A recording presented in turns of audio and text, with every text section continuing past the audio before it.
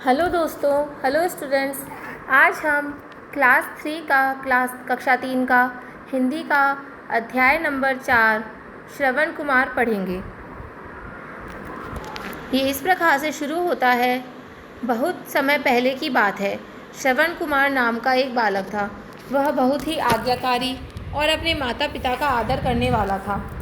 उसके माता पिता बहुत बूढ़े थे और देख नहीं सकते थे। श्रवण कुमार अपने माता पिता की हर आवश्यकता का ध्यान रखता और उनकी हर बात मानता था। उसके माता पिता की तीर्थ यात्रा करने की इच्छा थी, लेकिन वे खुद चल नहीं सकते थे। श्रवण कुमार ने सोचा, मैं अपने माता पिता को कंधों पर बैठाकर तीर्थ यात्रा करवाऊंगा। उसने एक मजबूत बांस की सहायता से एक कावड़ बनाई। उस कावड़ में 2 टोकरियां लटकाई, जिनमें अपने माता पिता को बैठाया और अपने कंधों पर उठाकर पैदल ही यात्रा पर निकल पड़ा। वह जंगल, पहाड़, नदियाँ पार करता हुआ माता पिता को यात्रा करवाने लगा। रास्ते में वह स्वयं भूखा प्यासा रहता, लेकिन अपने माता पिता की सेवा करता। वह दिन रात बिना रुके चलता रहा। एक दिन जब जंगल से गुजरते समय उसके माता पिता को प्यास लगने पर वह पानी लेने नदी पर गया, तभी राजा दशरथ शिकार खेलने आए। उन्होंने नदी के पास पानी भरने की आवाज़ सुनी और समझा कि कोई जानवर पानी पी रहा है। उन्होंने तीर चला दिया, जो जाकर सीधे पानी भर रहे श्रवण कुमार को लगा। जब राजा दशरथ वहां पहुंचे तो देखा कि इन्होंने गलती से एक निर्दोष बालक को घायल कर दिया है। श्रवण कुमार ने अपनी अंतिम सांस लेते हुए राजा से कहा, राजन, कृपया मेरे माता पिता को पानी पिला दीजिए। वे बिना मेरी सहायता के असहाय हैं। यह सुनकर राजा दशरथ का दिल भर आया। उन्होंने जल्दी से पानी लेकर उसके माता पिता को दिया और पूरी बात बताई। श्रवण कुमार के माता पिता अपने बेटे को खोने से बहुत दुखी हुए। उन्होंने भगवान से प्रार्थना की और इस संसार को छोड़ दिया। श्रवण कुमार की यह कहानी हमें सिखाती है कि माता पिता की सेवा सबसे बड़ी सेवा होती है। हमें हमेशा अपने माता पिता का सम्मान करना चाहिए। अभ्यास कार्य। पहला प्रश्न है, इस कहानी से आपको क्या शिक्षा मिलती है? उत्तर, इस कहानी से हमें यह शिक्षा मिलती है कि माता पिता की सेवा सबसे बड़ी सेवा होती है और हमें हमेशा अपने माता पिता का सम्मान करना चाहिए। दूसरा प्रश्न, यदि आप श्रवण कुमार की जगह होते तो क्या करते? यदि मैं श्रवण कुमार की जगह होता तो मैं भी अपने माता पिता की सेवा करता और उनकी हर इच्छा को पूरा करने का प्रयास करता, जैसे श्रवण कुमार ने अपने माता पिता को तीर्थ यात्रा करवाई। तीसरा प्रश्न, माता पिता की सेवा क्यों महत्वपूर्ण होती है? उत्तर है, माता पिता की सेवा इसलिए महत्वपूर्ण होती है क्योंकि वे ही हमें जन्म देते हैं, हमारा पालन पोषण करते हैं और हमें जीवन में सही मार्ग दिखाते हैं। उनकी सेवा करना हमारा कर्तव्य है और यह हमें नैतिक मूल्यों की शिक्षा भी देता है। अगला है विकल्पात्मक प्रश्न। पहला, श्रवण कुमार ने अपने माता पिता को कैसे यात्रा करवाई? कावड़ में बिठाकर करवाई, तो इसका उत्तर आ जाएगा ग। अगला है, राजा दशरथ ने तीर क्यों चलाया? क्योंकि उन्होंने समझा कि कोई जानवर नदी में पानी पी रहा है, तो उत्तर आ जाएगा क। दूसरा है मिलान करो, तो श्रवण कुमार माता पिता की सेवा करता था, इससे मिलान कर देंगे। राजा दशरथ शिकार खेलने गए थे, इससे मिलान कर देंगे। माता पिता तीर्थ यात्रा करना चाहते थे, तो इसका मिलान कर देंगे। और तीर श्रवण कुमार को लग गया, इसका मिलान कर देंगे। अगला है रिक्त स्थानों की पूर्ति कीजिए। पहला, श्रवण कुमार अपने माता पिता को रिक्त स्थान में बिठाकर तीर्थ यात्रा करवाने निकला। कावड़ में बिठाया था उसने, तो कावड़ लिख देंगे। दूसरा है, राजा दशरथ ने नदी से पानी की आवाज़ सुनकर रिक्त स्थान चला दिया। क्या चलाया था? तीर चलाया था, तो तीर लिख देंगे। तीसरा है, माता पिता की सेवा करना सबसे रिक्त स्थान सेवा होती है, सबसे बड़ी सेवा होती है, तो इसमें बड़ी लिख देंगे। अगला प्रश्न है, अगर आपको अपने माता पिता की घरेलू कार्यों में सहायता करनी हो तो आप क्या करेंगे? उत्तर है, मैं अपने माता पिता के घरेलू कार्यों में हाथ बटाऊंगा, जैसे घर की साफ़ सफाई में मदद करना, खाना बनाने में सहायता करना, कपड़े धोने या सुखाने में मदद करना और छोटे भाई बहनों की देखभाल करना। मैं उनकी ज़रूरतों का ध्यान रखूंगा और उनकी हर संभव मदद करने की कोशिश करूंगा। दूसरा प्रश्न है, यदि आपका कोई मित्र अपने माता पिता की सहायता नहीं करता है तो आप उसे कैसे समझाएंगे? उत्तर, मैं अपने मित्र को श्रवण कुमार की कहानी सुनाकर माता पिता की सेवा का महत्व समझाऊंगा। मैं उसे बताऊंगा कि माता पिता ने हमें जन्म दिया है और हमारा पालन पोषण किया है, इसलिए उनकी सेवा करना हमारा कर्तव्य है। मैं उसे यह भी समझाऊंगा कि माता पिता का आशीर्वाद हमारे जीवन में सुख और सफलता लाता है। तीसरा प्रश्न, एक समूह बनाकर यह चर्चा करें कि आप कैसे समाज सेवा कर सकते हैं। उत्तर है, हमारा समूह मिलकर समाज सेवा के लिए कई कार्य कर सकता है, जैसे वृद्धाश्रम में जाकर बुजुर्गों की सेवा करना और उनका मनोरंजन करना, गरीब और ज़रूरतमंद लोगों को भोजन, कपड़े और शिक्षा प्रदान करना, पर्यावरण संरक्षण के लिए पेड़ लगाना और स्वच्छता अभियान चलाना, प्राकृतिक आपदाओं में प्रभावित लोगों की मदद करना। चौथा प्रश्न, श्रवण कुमार ने अपने माता पिता की सेवा के लिए समय निकाला। आप अपने परिवार और पढ़ाई के बीच संतुलन कैसे बनाएंगे।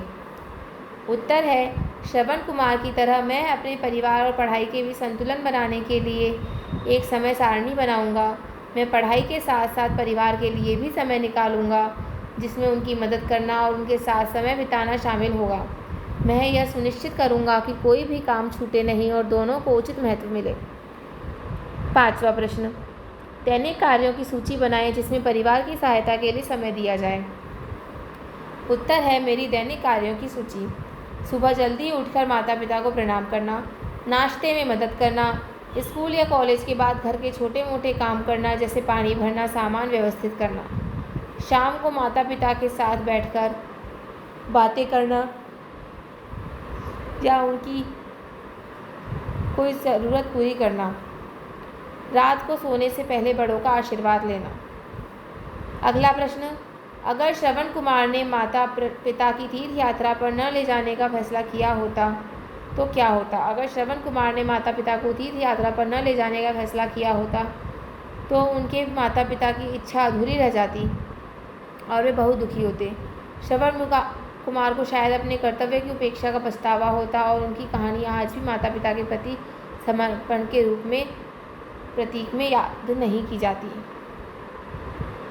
अगला प्रश्न, माता पिता की सेवा नहीं करने पर परिवार और समाज पर बुरा प्रभाव पड़ता है, शिक्षक चर्चा करें। उत्तर, माता पिता की सेवा न करने से परिवार में प्रेम और सम्मान की कमी आती है, जिससे पारिवारिक रिश्ते कमज़ोर पड़ सकते हैं। समाज में भी ऐसे बच्चों को अच्छी दृष्टि से नहीं देखा जाता और यह एक गलत उदाहरण प्रस्तुत करता है। शिक्षक इस पर चर्चा करके बच्चों को माता पिता के प्रति सम्मान और सेवा के महत्व को समझा सकते हैं। अगला प्रश्न, सूची अ और सूची ब में दिए गए शब्दों का उच्चारण कर मिलान कीजिए और अपने शिक्षक या साथियों के साथ मिलकर इनमें अंतर पहचानिए।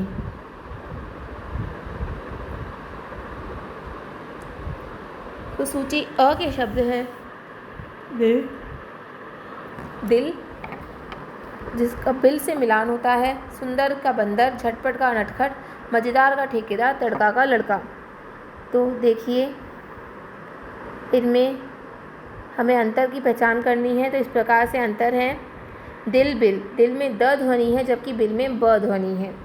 सुंदर बंदर, सुंदर में स ध्वनि है जबकि बंदर में ब ध्वनि है। झटपट नटखट, झटपट में झ की ध्वनि है, नटखट में न की ध्वनि है। मज़ेदार और ठेकेदार, मज़ेदार में म की ध्वनि है जबकि ठेकेदार में ठ की ध्वनि है। लड़का तड़का, तड़का में त की ध्वनि है जबकि लड़का में ल की ध्वनि है। अगला प्रश्न, श्रवण कुमार पाठ से 5 अनुस्वार या चंद्र बिंदु वाले शब्द छांटकर लिखिए। तो अनुस्वार किसे कहते हैं? अनुस्वार होता है जो किसी शब्द के ऊपर इस प्रकार बिंदी लगाई जाती है, और चंद्र बिंदु होता है जब किसी शब्द के ऊपर, अक्षर के ऊपर इस प्रकार से कोई मात्रा लगाई जाती है, इसे चंद्र बिंदु कहते हैं। ठीक है, तो पाठ में से हम छांटेंगे। अनुस्वार वाले शब्द हैं कंधा, अंधे, अंतिम, और चंद्र बिंदु वाले शब्द हैं पहुँचे। यहाँ देखिए, इसमें प्यास नहीं आएगा, इसकी जगह आप बांस लिख सकते हैं, बांस में चंद्र बिंदु आता है। ठीक है, तो 5वां शब्द ये हो जाएगा। बांस लिख सकते हैं, टोकरियाँ लिख सकते हैं, नदियाँ हैं, बहुत सारे ऐसे शब्द हैं जिनमें चंद्रबिंदु और अनुस्वार आते हैं इस पाठ के अंदर।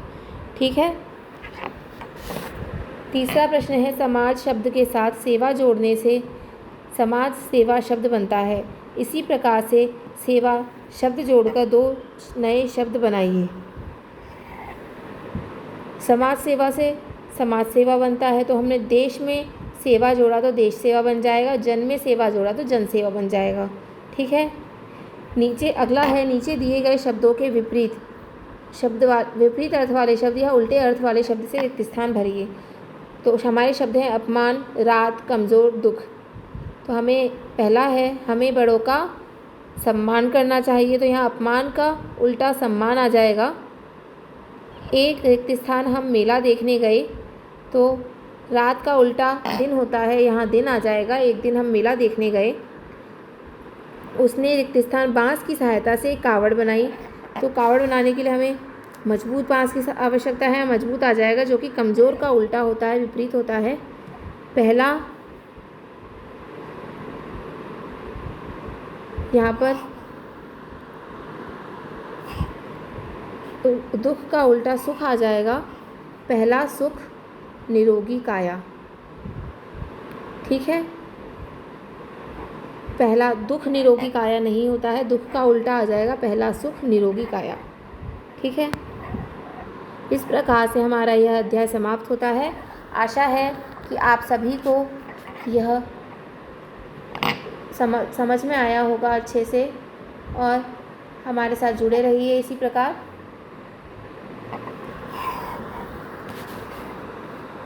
धन्यवाद।